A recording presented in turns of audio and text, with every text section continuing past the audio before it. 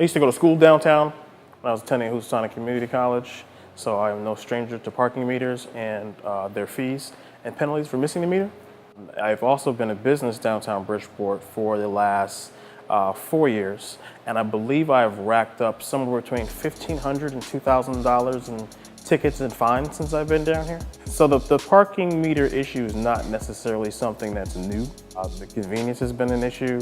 The accessibility, has been an issue, and being able to, to utilize these things in a modern age where not everybody carries change around. So this has been a regular issue, and these newer meters have, I think, exacerbated the situation even further.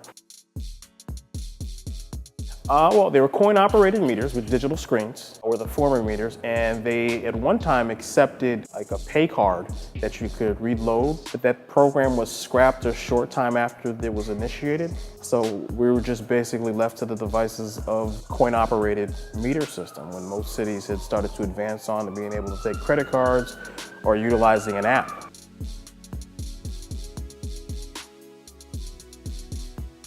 We were looking for something that was a little less invasive. We didn't picture having brand new meters or every single meter replaced. We were looking at moving to more of a kiosk-based system.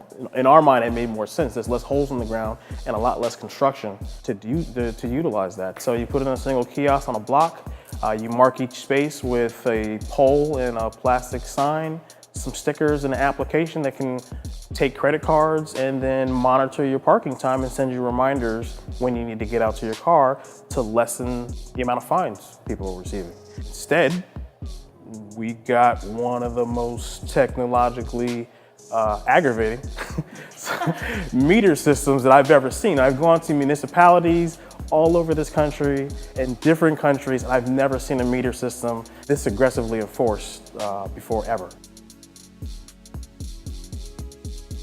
We've got these, almost want to say triple camera enforced parking meters that have one camera on the street, or two cameras on the street, one on the sidewalk, and then there's another one up on the pole at the end of each corner that photo enforces the entire street. It's touchscreen, it plays commercials, you can upload advertisements into them. They don't always work correctly or how they're intended to work, for most folks. And then there's really no instructions on how to utilize the meters either.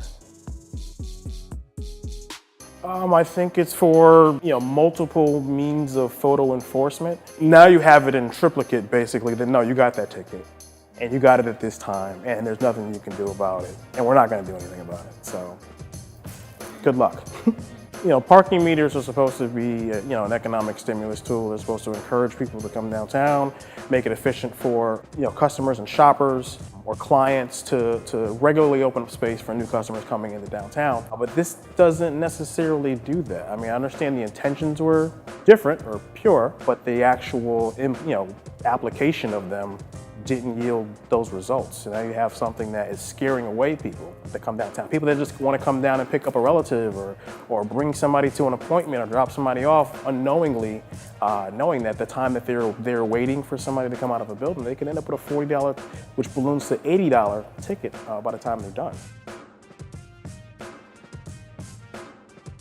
I think the message that the city is sending with these meters is, we didn't listen to anything that was in our parking study. It doesn't say, welcome, come to Bridgeport, park here, let me make it easier for you to patronize one of our businesses.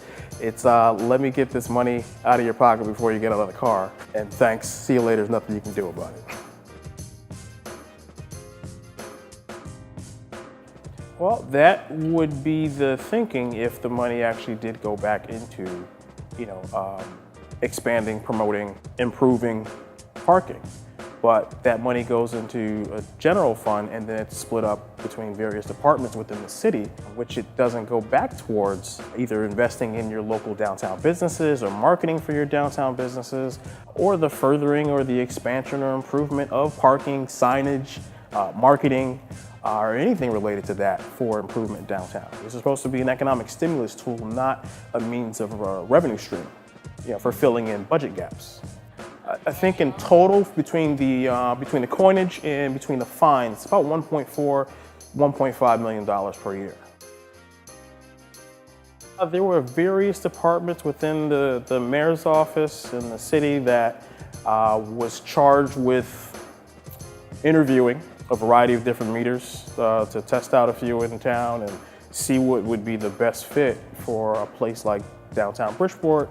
You know, going back a few years, we've had two studies, one in 2014, one in 2011 by Last Parking, which laid out a variety of different means of improvements that the city should look into, one of those being a parking authority.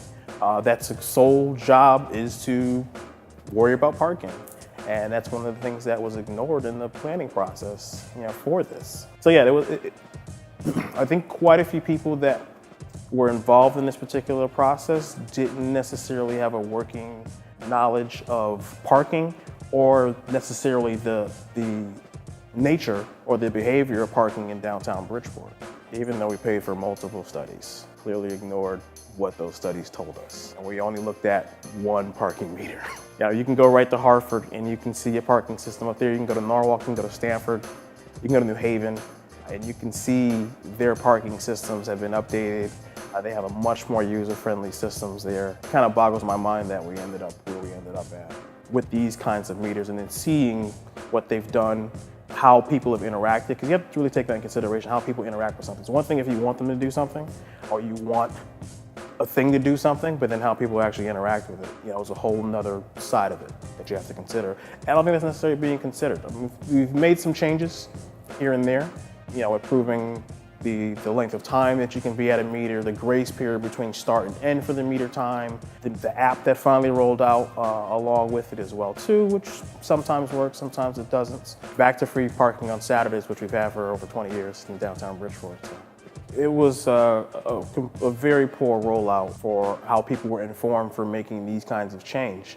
Typically when a city makes an ordinance change or something like that, or changing a behavior that's been enforced a particular way for decades, you want to make some noise when you roll these things out. You want to make it a big deal and whatnot. Just because you put it on a YouTube channel doesn't mean everybody's going to go to your YouTube channel and watch it. There's 147,000 people in the city of Bridgeport, and there's about 800 views on that video.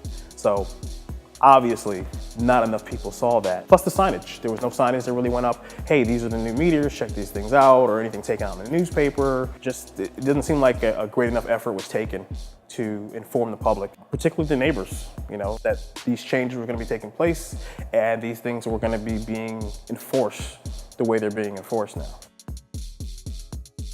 I would meet with citizens and I would allow them to air their grievances and take into account of their experiences, because at the end of the day, you can't really make great decision making without taking into account the experiences of the citizens and the people that are actually using these meters. And then upon that, and just from current history, from how people have interacted, I would probably take the meters out and we'd scrap this plan and we'd go back to the drawing board and come up with a more efficient mean and look at some other cities that are doing really great things with parking and then figure how to make this work and be a part of the ecosystem that makes shapes and increases traffic and tourism for downtown Bridgeport and the rest of Bridgeport as well too.